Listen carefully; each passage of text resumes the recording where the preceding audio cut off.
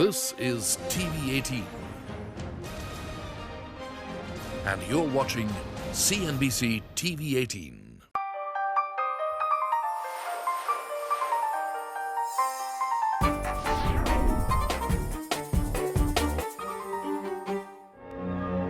Releasing on the 19th of July, Ship of Theseus is a significant film for the Indian film industry. This independent film, directed by Anand Gandhi, has had the film festival circuit buzzing after rave reviews following its premiere at the Toronto Film Festival last year. You actually took up photography after you lost your eyesight to a cornea infection. Yes. Ship of Theseus, though, is doing what a few art house films have done in India. With the help of distributors UTV and presenter Kiran Rao, it's going in for a theatrical release with limited number of prints in select cities. आप दवाई क्यों नहीं लेते हैं? क्योंकि कोई विकल्प ही नहीं है, हर दवा के पीछे पशु इंसान। पर आपके लेने ना लेने से क्या फर्क पड़ता है? तो फिर किसी भी चीज से क्या फर्क पड़ता है? The film, which takes its name from a Greek philosophical paradox, tells three interconnected stories which address issues of identity, death, evolution, dogma and change. मान ले पता चलता है तेरी किडनी चोरी की है, तो क्या करेगा फिर? वापस कर देंगे।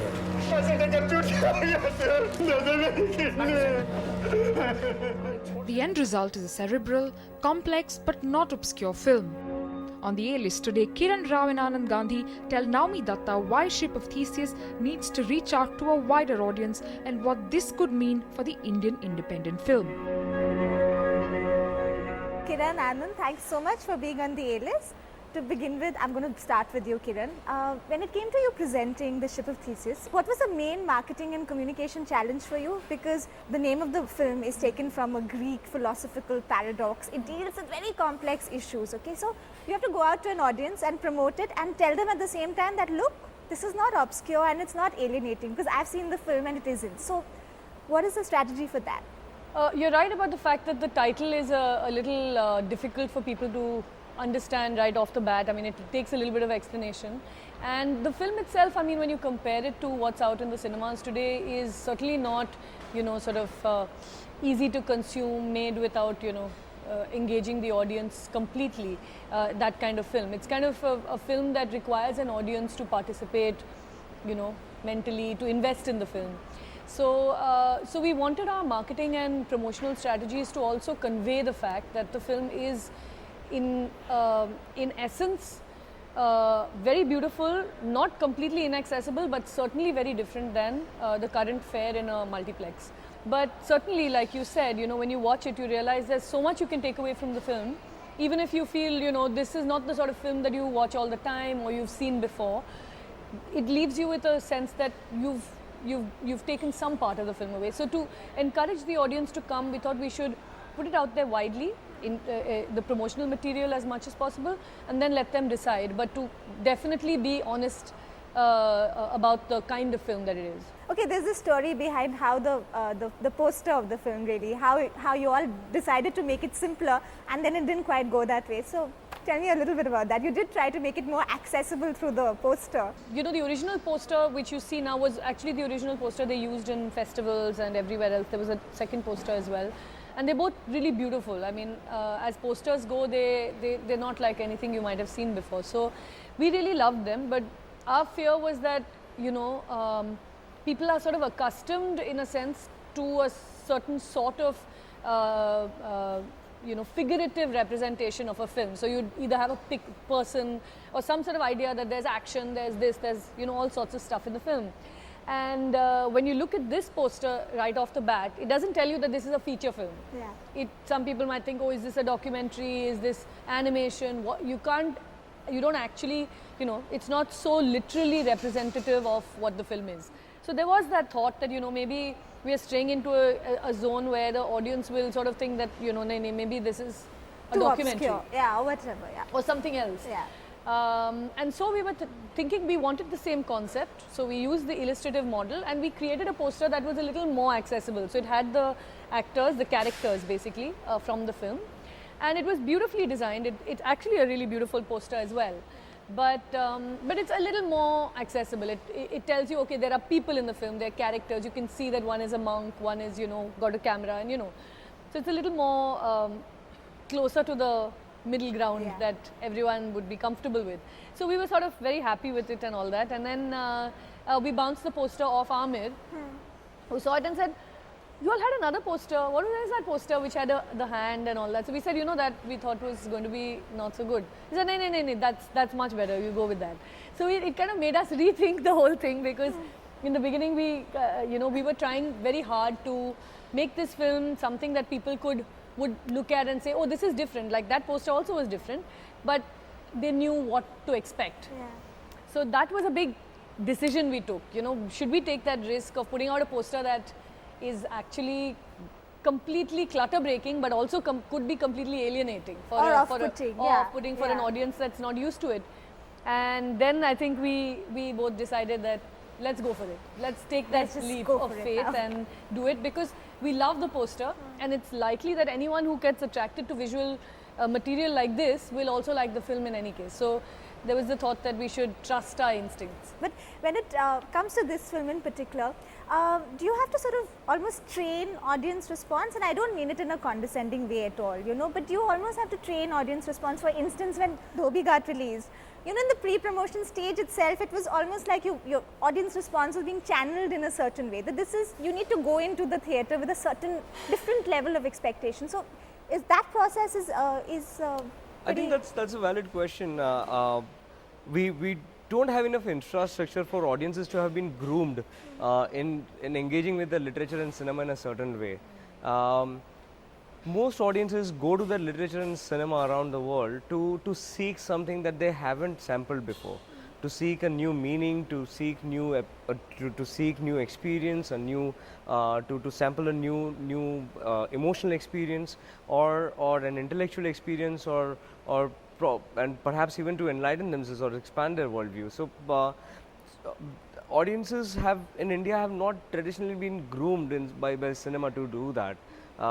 Because our cinema follows a certain idiom and certain paradigm, and it kind of repeats itself way too often for audiences to have been groomed to seek some worldview expanding experience when they go to their film.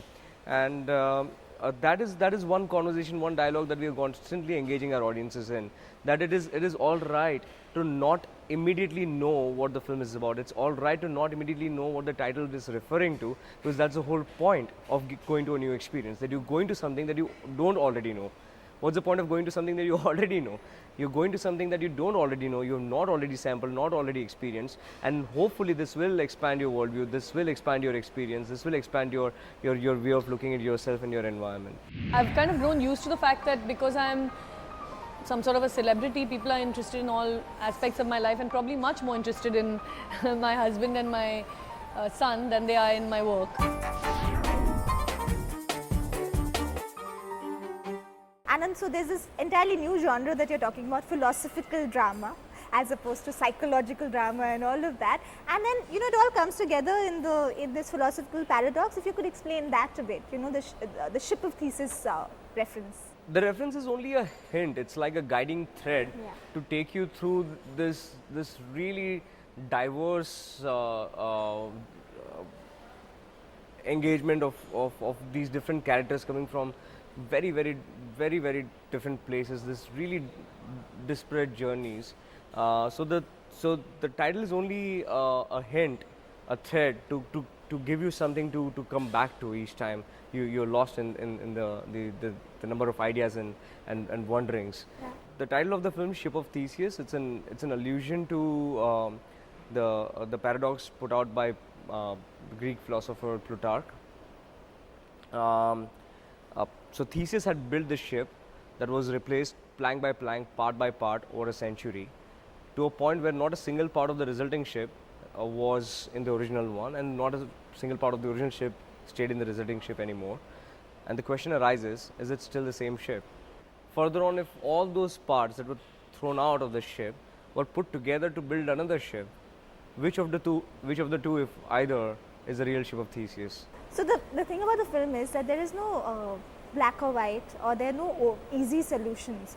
And as an audience, we've really gotten used to being sort of spoon-fed. There's background music which tells us, "Acha, now you're supposed to laugh," and now you're supposed to cry and all of that. So For a mainline audience, do you think it'll be a disconcerting experience, or it'll just demand that you think a little bit more about what you see? Certainly. I mean, this is the kind of film that I think opens up the possibility of discussion, dialogue, introspection. You know, it leads to so many conversations, and on repeat viewings, it kind of opens itself up and unravels much more to an audience. So certainly, an audience in the beginning may feel a little bit ill-equipped to deal with the kind of language used in the film in terms of storytelling, in terms of visual language.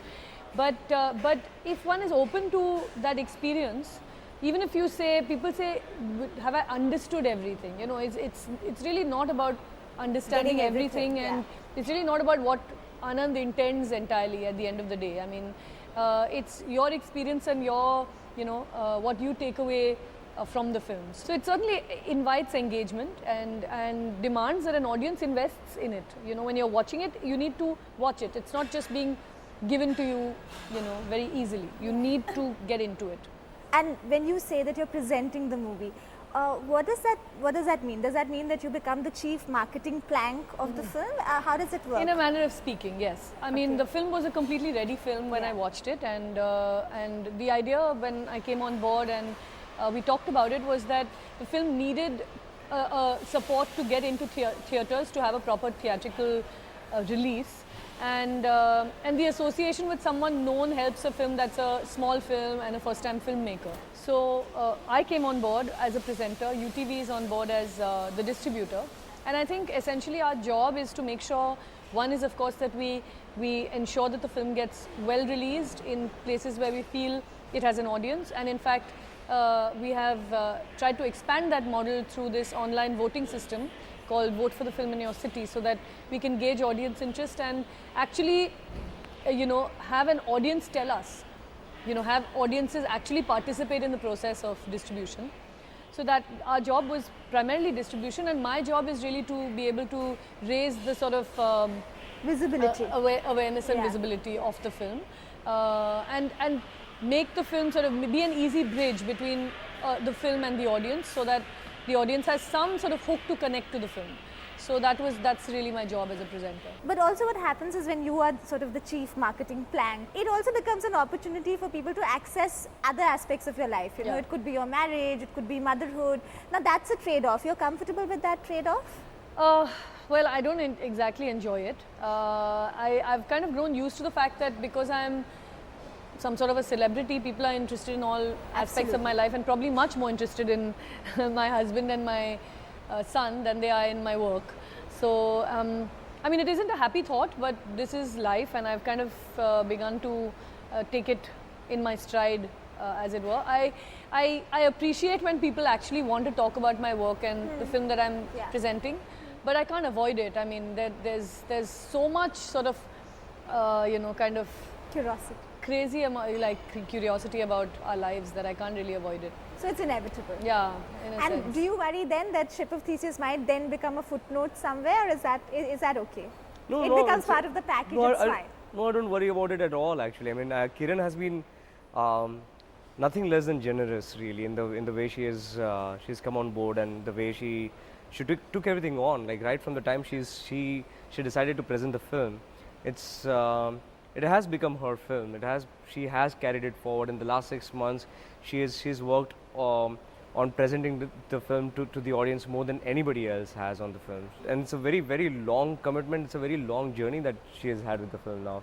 So I feel absolutely privileged to have her by my side, and of course I understand that there are going to be all sorts of curiosities about her life, her work, and which I don't think is any longer in isolation of the film's scope now that she is presenting it. I think the whole idea of a film like Ship of Theseus is to keep expanding in its scope of dialogue and not limiting it.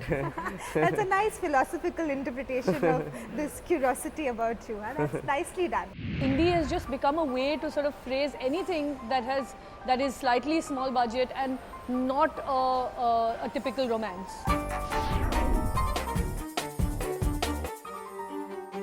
Ship of Theseus is being called the most significant Indian independent film to have sort of come out of India. But really, in terms of a culture of independent filmmaking, do we even have it? Yeah, I don't. I mean, it's a fairly abused word these days, independent, and I don't really. I've not yet seen a definition that I've found incredibly convincing of this word independent. I think it's a little rushed kind of cataloging. You know, we need to catalog for us to be able to understand what we're doing, but we need to catalog in retrospect. We are right now cataloging in assumption, in preemption. Independent cinema in India is like a hybrid, isn't it, right now? Because you do have independent thought, but you do need mainline funding in terms of either your, not for Ship of Theseus, but yeah, even distribution. But Ship of Theseus is using mainstream infrastructure from UTV's distribution. Does that take away the rigor and romance of indie cinema, so to say? Not really. I mean, I feel it's difficult, like Anand said, to actually make it like sort of watertight distinctions of films.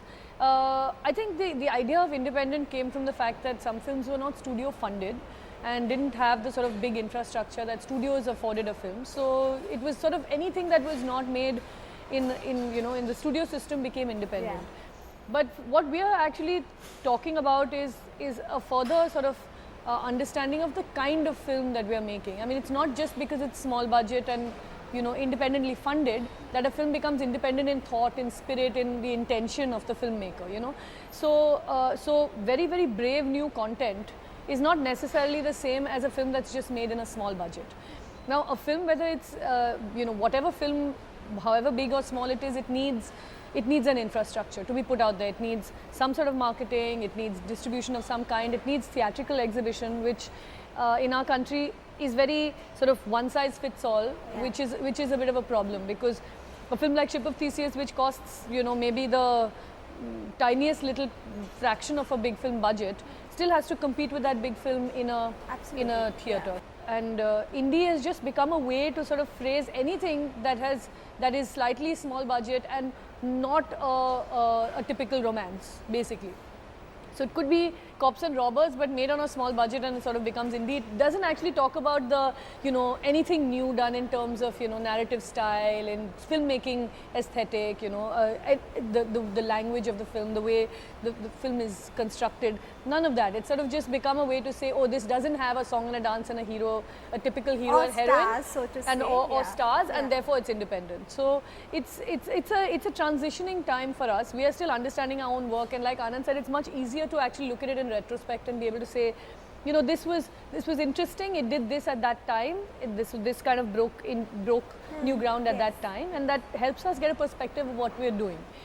So to club everything as indie is something that we're constantly sort of battling in a way, because we don't know what this big indie club is supposed to be. But also in terms of exhibition, indie cinema as we know it, or how we are trying to define it, you have to look beyond the multiplex, isn't it? Because like till a few years back, when the multiplex boom happened, everyone was very excited. They said, there's hope for the small film, and smaller films will come in and all. But what it really meant was that bigger films now have many more prints to release. Exactly. So as filmmakers, both of you who have an independent thought, so to say, are you looking at dedicated spaces really for independent film? Is that even realistic? It's something that I've been very interested in. I think a lot of us have been. The fact that we would like for specialty cinemas that show a certain kind of film, and those cinemas don't have the same sort of business structure that a multiplex has, which basically means that they've created for these films, and therefore the kind of expectations of the film in terms of box office is not there at all. You don't actually expect this film to make money. These theatres are created so that people can have different film viewing experiences, actually watch and engage with cinema on a different level, on an artistic level. And worldwide this is done, through patronage, through funding, either government or, arts funding. And it just broadens the scope of cinema as an art, as an art form. So you need these, because there are audiences like us that are interested in what all is happening in cinema across the country and the world. And a multiplex just becomes many screens, Yeah. but ultimately those screens still have the same sort of business model that they have to kind of fulfill business expectations. So you can't have, for instance, a small animation film or a bunch of shorts or experimental films playing in a multiplex. So you definitely need some sort of alternative theatrical options for other kinds of film. But Anand, is there a dedicated audience for that? Is there a perception in India somehow we don't think of cinema as art? Thinking of cinema as art is only one side of it. Also, thinking of cinema that informs us scientifically, intellectually, engages us in narratives that are reflections of who we are and what our relationships are like and what our society is like, is so relevant and so important for a growing society. It's a lot of businesses in India are extremely short, are extremely myopic. Even if you look at it economically, it's economically essential for a society, for a country to have its intellect sharpened, to have collective dialogue, to have collective introspection, to collectively rise together in ways of looking at themselves, in ways of looking at their environment, in ways of finding their rights, their responsibility, and all this is within the scope of cinema. All of this is within the scope of the kind of cinema we are talking about producing, and it is a great business. It's an extremely important economic artifact. It's not just a cultural artifact that has no economic relevance. There's a great economic relevance, but a long-term economic relevance. Okay. Because especially in India, where a huge population of the country depends on cinema for not just for entertainment, but also for information about, also for grooming, also for sharpening their knowledge and their intellect and their skills. Everything is cinema dependent and cinema driven. I learn about my life, I learn about relationships, I learn about the kind of relationships I'm going to have, the kind of social contracts I'm going to engage in, everything from my cinema in this country, and because of several reasons again. So I think it's an extremely important economic model also to invest in this kind of cinema for the community to participate in the investment and distribution of this kind of cinema. So thank you, Anand, and thank you, Kiran. Hopefully Ship of Theseus gets the audience it deserves and the release it deserves, and all the best to both of you for whatever you choose to do in the future. Thank you. Thank you, Ram.